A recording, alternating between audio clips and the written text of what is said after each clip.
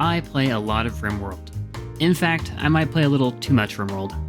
And during my latest playthrough, it occurred to me that I've never done a video on RimWorld, so I decided to do this one, 20 tips for intermediate RimWorld players. I am using a demo save file created with dev mode, so you'll see the dev mode interface for pretty much this whole video. But everything here is doable in an actual standard game. With that out of the way, let's move on to the first tip of the video. Tip number 1. An easy way to make a lot of money is to sell corsets and harps. Use a production specialist and have them craft corsets using your less useful textiles, such as human leather, and craft harps when you have an excess of wood, such as on jungle or temperate forest maps. If your trade bonus is high enough, you can even purchase textiles for cheap and sell a crafted corset for a net profit. Tip number 2. Create a shelf group for meat and textiles next to your butcher table. Set the priority to low and set the bill for your pawn to deliver materials to the group. This will allow your pawn to quickly butcher corpses and reduces clutter when compared to dropping items on the floor. Tip number 3. Throne rooms and some altars will become undignified if you have a work facility in the same room, such as a paste dispenser. You can use a held open door to get around this, allowing you to use your throne room or shrine as a dining room as well. Tip number 4. Use kneel pillows in your combination shrine/dining room. Kneel pillows have slightly less comfort than a wooden chair, but they fulfill the seating requirement for your ideology, and they also give a ton of beauty, which greatly increases the impressiveness of the room. Tip number 5. The new hidden conduits also prevent power surges from happening. For that reason, you should pretty much always use hidden conduits over their cheaper counterpart. Tip number 6. You can use a transport pod as a deep storage solution. The dock and the pod need to be built without a roof, but you can build a roof over them after. The pod can then be used to store a ton of items, limited only by a max weight of 150. Items inside the pod will not be reachable by your pawns, so it's not exactly a replacement for shelves, but it's a great way to store excess textiles, silver, and a surplus of food in your freezer. With the right setup, you can even unload directly onto shelves. Tip number 7. You can build this minimal shack around the mining drill to keep it safe from raiders. Infestations will also not attack the drill, provided the door isn't being held open. Just remember to use stone and not a flammable material. Tip number 8.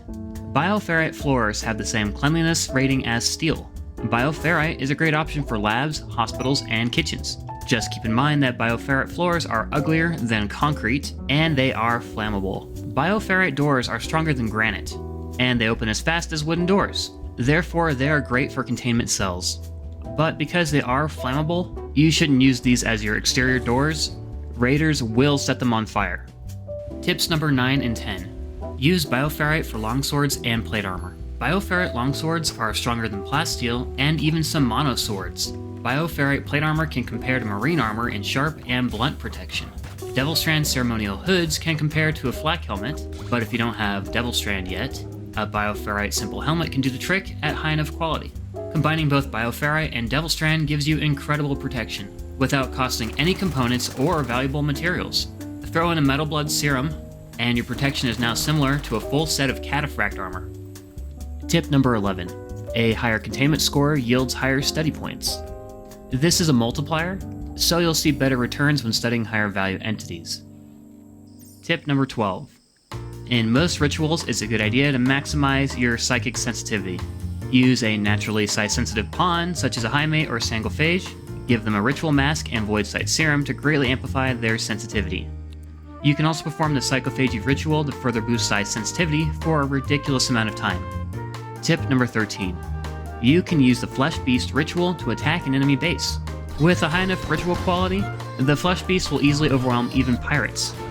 You can do this early on to gain access to pirate gear, including snipers, chain shotguns, and marine armor. Tip number 14.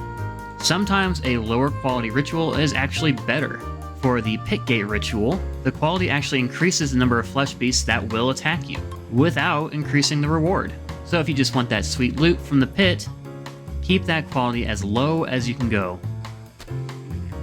Tip number 15. Mutations are great, but most colonists will be unhappy about having them. You can alleviate this by having body modification as an ideology precept, or if your pawn is either inhuman or a body modder. Tip number 16. Detoxifier Lungs have a hidden benefit. In addition to providing full toxic immunity, a pair of lungs will also increase breathing to 110%. This in turn increases your pawn's movement speed by 2%, which is minor but very helpful, and it stacks with all other speed boosts. Tip number 17. Infant sickness is a stressful and dangerous illness for infants. Thankfully, you can now use the new Juggernaut serum to nearly guarantee that the baby will survive. Juggernaut serum can easily be acquired from most traders, and it costs around the same price as selling 2 core sets or an excellent harp. Tip number 18. Ghouls greatly benefit from bionic weapons, mainly power claws. Combine these with a skin implant, healing enhancer, and the ghoul-specific implants to create a tanky killing machine. You can also create specific ghoul xenogerms to really optimize their benefits, or just ghoulify any Neanderthals to gain robust and strong melee. Tip number 19. Ghouls can be hard to feed. They only eat meat, and having multiple ghouls can exhaust your meat supply rather quickly. You can store ghouls in a crypto-sleep casket after using anesthesia, but keep in mind they will have crypto-sleep sickness when waking up. Tip number 20. If you ghoulify a pawn with missing limbs or organs, kill your ghoul and then resurrect them. Their missing limbs and organs will regrow. Sadly, you can't remove the organs from a ghoul. And one bonus tip just for you, my dear viewers. If your ghoul dies while inside a flesh pit, you will quickly discover that you can't easily bring a resurrection serum down into the pit. You can form a caravan with one pawn and bring no other items except for the ghoul resurrection serum. Once the pawn picks up the serum, draft them and send them into the hole. When they enter, you can drop the serum from their inventory, allowing you to use it like normal. And that's all the tips I have for this video. If you learned something new, give the video a like so I know that I did good. And if this video does well enough, I'll consider doing another RimWorld video. And if you have a cool tip, feel free to share it in the comments below, and I'll pin the one I think is the best. Anyways, that's going to do it for this video. I really hope you enjoyed, and I'll see you in the next one. Peace.